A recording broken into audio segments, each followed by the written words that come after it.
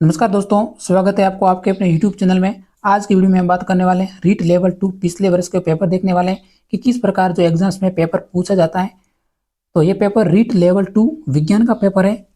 तो सर्वप्रथम हम देखते हैं कि सिलेबस क्या है। तो रीट में बाल विकास एवं शिक्षा शास्त्र जिनके 30 प्रश्न पूछे जाते हैं। उनके बाद हिंदी और संस्कृत, हिंदी के 30 प्रश्न और 30 प्रश्न संस्कृत के। इनमें से अगर हम हिंदी की जगह अंग्रेजी ले सकते हैं या फिर कोई भी अन्य सब्जेक्ट है वो भी ले सकते हैं। उसके बाद विज्ञान एवं मैथमेटिक्स के 30 प्रश्न पूछ जाते हैं। कुल 60 प्रश्न पूछ जाते हैं और ये हमारा साइंस का पेपर कुल 150 नंबर का होता है और कुल प्रश्नों की संख्या 150 होती है। इनमें से हमें रीट प्री एग्जाम्स क्वालिफाई होने के लिए SC ST OBC और EWS कैटेगरी के विद्यार्थियों के लिए 82 नंबर लाने पड़ते हैं साथियों। अगर हमें 150 में से 82 नंबर लाने जरूरी है। इनसे कम नंबर आने पर हम रीट प्री एग्जाम क्वालिफाई नहीं होते हैं और हम नेक्स्ट एग्जाम नहीं दे सकते। इसलिए पेपर भी साथियों इतना आसान नहीं होता, इसलिए इस पेपर को एक बार जरूर देखें। तो हम शुरुआत करते हैं। हमारा प्रथम क्वेश्चन है, प्रयोगशाला विधि किस सिद्धांत पर आधारित है? बताइए। इस वीडियो में केवल विज्ञान के प्रश्नों को सेलेक्ट किया है। एक बार जरूर देखें कि प्रयोगशाला विधि किस सिद्धांत पर आधारित है। देखकर सीखना, करके सीखना, रटकर सीखना, इन उपरोक्त सभी। तो जो प्रयोगशाला विधि है साथियों, करके सीखना, ऑप्शन नंबर 2 हमारा राइट आंसर है। अब हमारा नेक्स्ट क्वेश्चन है, निम्नलिखित में से संश्लेषित रेशा बताइए आंसर। संश्लेषित रेशा कौन सा है? नायलॉन, कपास, ऊन और रेशम। तो राइट आंसर है हमारा ऑप्शन नंबर ए, नायलॉन एक संश्लेषित रेशा है। अब हमारा नेक्स्ट क्वेश्चन है, पोटेशियम का प्रतीक है। बताइए पोटेशियम का प्रतीक। इंपॉर्टेंट प्रश्न है, प्रतीक से संबंधित आवर्त सारणी में काफी प्रश्न पूछे गए हैं। तो पोटेशियम का प्रतीक है, तो हमारा राइट आंसर है ऑप्शन नंबर डी। फिर हमारा नेक्स्ट क्वेश्चन है, एल्यूमिनियम नाइट्रेट का रासायनिक सूत्र। ये क्वेश्चन 9th की बुक्स में से हूबहू छपे हैं साथियों रीट प्री एग्जाम्स में। तो NCERT बेस आधारित प्रश्न रीट प्री एग्जाम्स में पूछ जाते हैं, चाहे मैथ हो या फिर विज्ञान हो। NCERT किताब जरूर पढ़ें।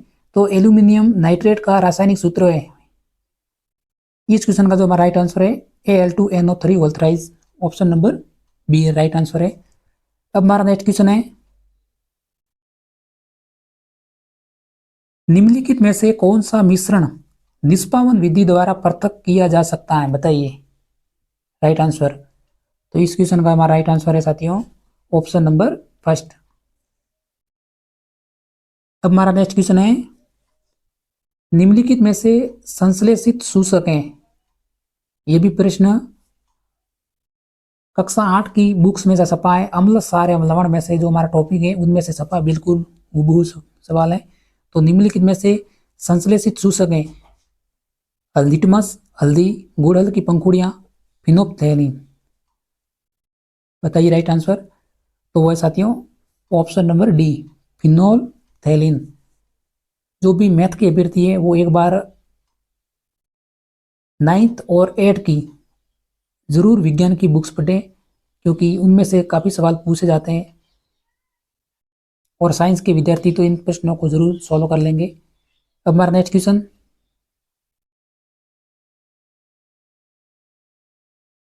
हरित गैसों का मुख्य युग्म है।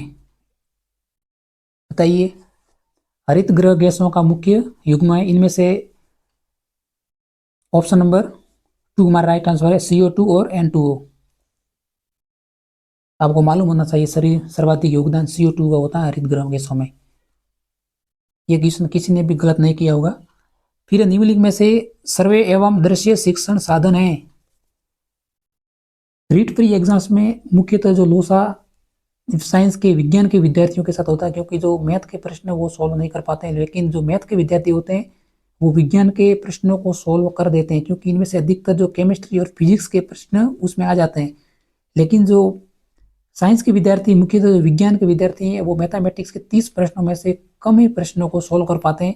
इसलिए जो विज्ञान के विद्यार्थी है वो जरूर ध्यान रहे, मैथमेटिक्स के प्रश्नों को जरूर पढ़ें, क्योंकि मैथमेटिक्स के प्रश्न ही आपकी रीट में सिलेक्शन दिलाएंगे, ये जरूर ध्यान रखें।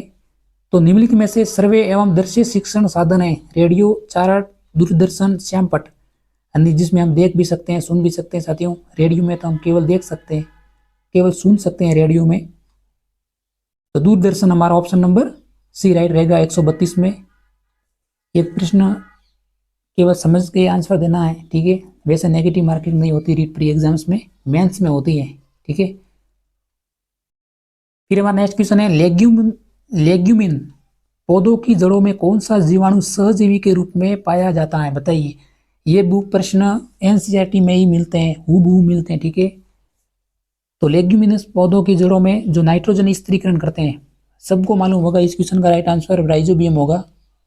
जो नाइट्रोजन स्थिरीकरण करते हैं, इंपॉर्टेंट प्रश्न है। तो निम्नलिखित हमारा नेक्स्ट क्वेश्चन है 134वां। तो निम्नलिखित में से कौन सा भोज्य पदार्थ तने का रूपांतर है, तने का रूपांतर बताइए। ये हम बचपन से ही पढ़ते आए, तने का रूपांतर, किसी ने गलत नहीं किया होगा। आलू। मैथ वालों की मौज है भाई रीट में। फिर नेक्स्ट क्वेश्चन है निम्नलिखित में से एक सरल उत्तक है, सरल उत्तक, मर्जी उत्तक, जटिल उत्तक जरूर पढ़ें। तो निम्नलिखित में से एक सरल उत्तक है, तो हमारा स्क्लेरेनकाइमा ऑप्शन नंबर सी। प्रश्नों को देखकर पता लगा है, क्योंकि जो समयावधि कम रहती है साथियों रीट प्री एग्जाम्स में, केवल 2 घंटे 30 मिनट रहता है, और प्रश्न सॉल्व करने पड़ते हैं 150, जिसमें से मैथमेटिक्स के प्रश्न भी आते हैं, तो टाइम बहुत कम रहता है, ठीक है। हिंदी भी पूछी जाती है, संस्कृत, साइको भी पूछे जाते हैं। साइको भी सवाल ऐसे आते हैं जिनको 1-2 बार पढ़कर ही आंसर दे सकते हैं, नहीं तो हमारा गलत हो जाता है। साइको सबसे रीट में टफ होती है, ध्यान दें। अब हमारा 137वां क्वेश्चन है निम्नलिखित में से कौन सा वायु प्रदूषक नहीं है, बताइए वायु प्रदूषक। तो हमारा ऑप्शन नंबर डी ऑक्सीजन, जो एक वायु प्रदूषक नहीं है। इस प्रश्न का आंसर किसी ने भी गलत नहीं किया होगा भाई। अब हमारा नेक्स्ट क्वेश्चन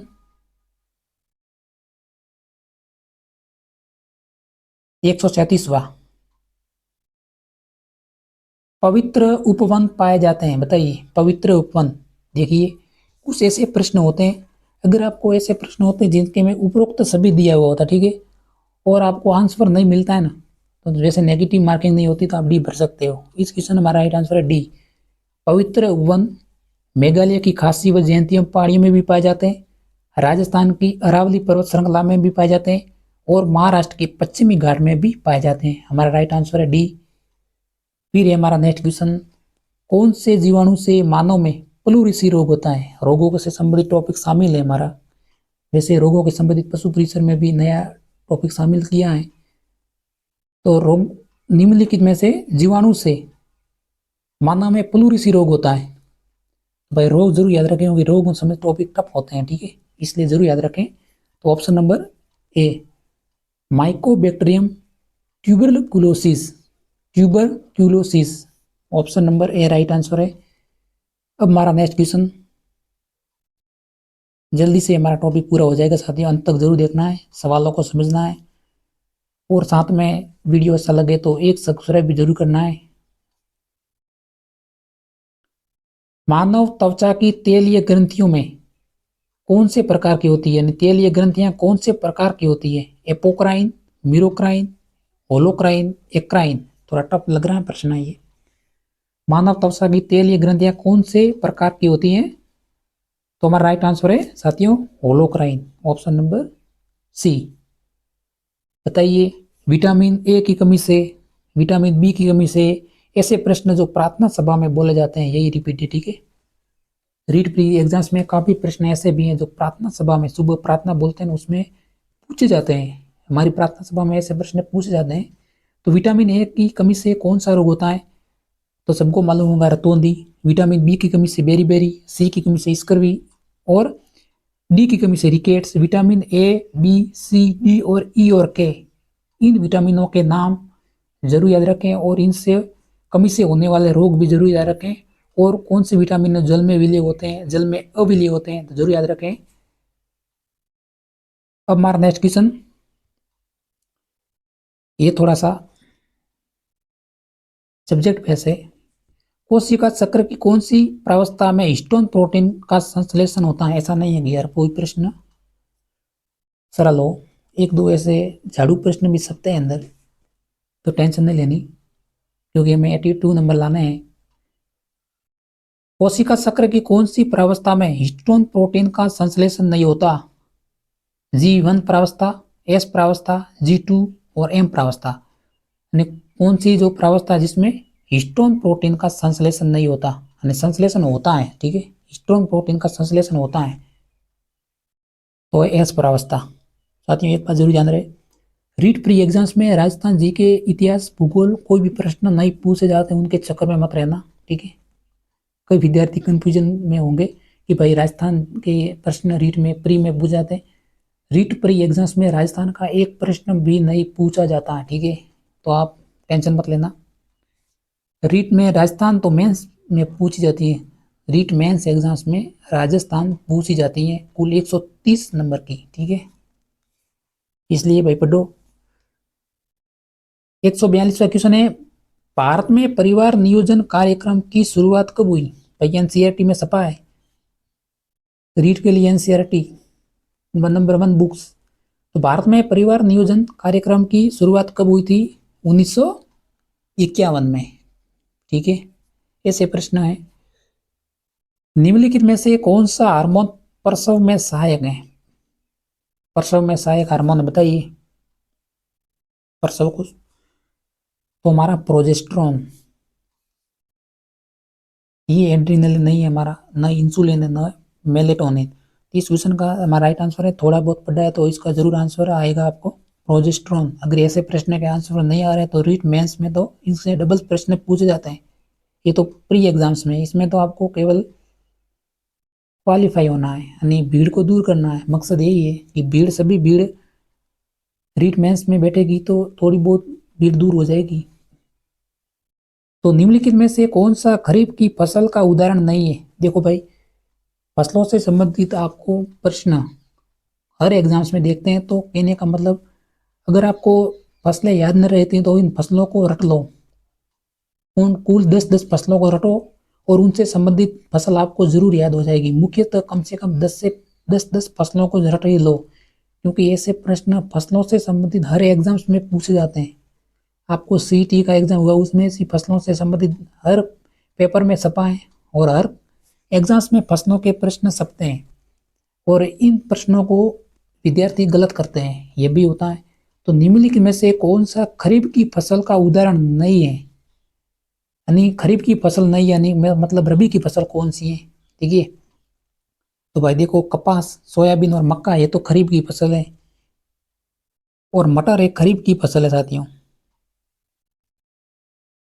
यानी रबी की फसल है। यानी तो इस क्वेश्चन का जो हमारा राइट आंसर है डी, क्योंकि मटर एक रबी की फसल है, गेहूं भी रबी की फसल, उसी प्रकार क्योंकि मटर को भी गेहूं के साथ बोते हैं, ठीक है, तो मालूम पड़ेगा। जैसे कपास, मक्का, सोयाबीन, चावल है और बाजरा है, ये खरीफ की फसल होती है। तो आपको कम से कम एक फसल, जैसे बाजरा, बाजरा के साथ जो भी फसल बोई जाती है वो खरीफ की होगी, और गेहूं के साथ जो भी फसलें बोई जाती हैं वो रबी की होगी। तो इस क्वेश्चन का जो हमारा राइट आंसर है ऑप्शन नंबर डी। अब हमारे कुल 5 प्रश्न हैं जो शिक्षण विधि से पूछ जाते हैं। वैसे शिक्षण विधियों का टॉपिक रीट प्री एग्जाम्स में बहुत लंबा छोड़ा है, ठीक है, ये में हमने पढ़ना है, इसलिए लंबा बहुत है टॉपिक, तो इसलिए इनको छोड़ना ही बेहतर है। ज़्यादा फोकस संस्कृत हिंदी पे दो। तो निम्नलिखित में से कौन सी एक वैज्ञानिक शिक्षण विधि नहीं है? बताइए वैज्ञानिक शिक्षण विधि। इन हम शिक्षण विधियों को हाथ जोड़ते हैं। ऑप्शन नंबर ए कहानी विधि। मूल्यांकन का मुख्य उद्देश्य है, बताइए मूल्यांकन का मुख्य उद्देश्य है, बताइए आंसर, राइट आंसर। अब हमारा अंतिम पड़ाव पर है, इस वीडियो को छोड़ कर नहीं जाना है साथियों। मूल्यांकन का मुख्य उद्देश्य है, अब हमारा राइट आंसर है इस क्वेश्चन का, जो हमारा राइट आंसर है साथियों, बी और सी दोनों राइट आंसर है, ठीक है, ठीक है, बी और सी।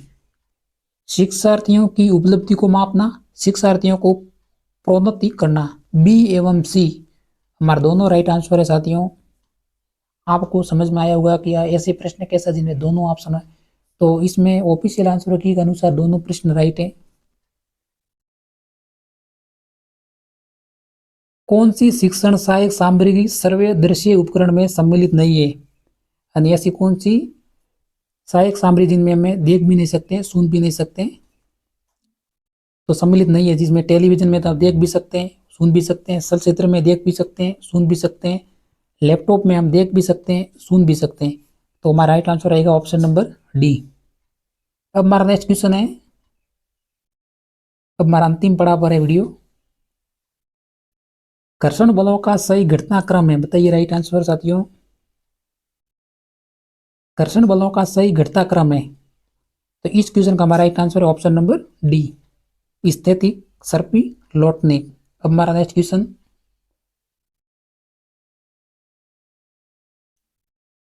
एक वस्तु आर त्रिज्या के वृत्त पर गतिमान है, जब यह अर्धवृत्त पूरा करती है तो इसके द्वारा तय की दूरी व विस्थापन होगा।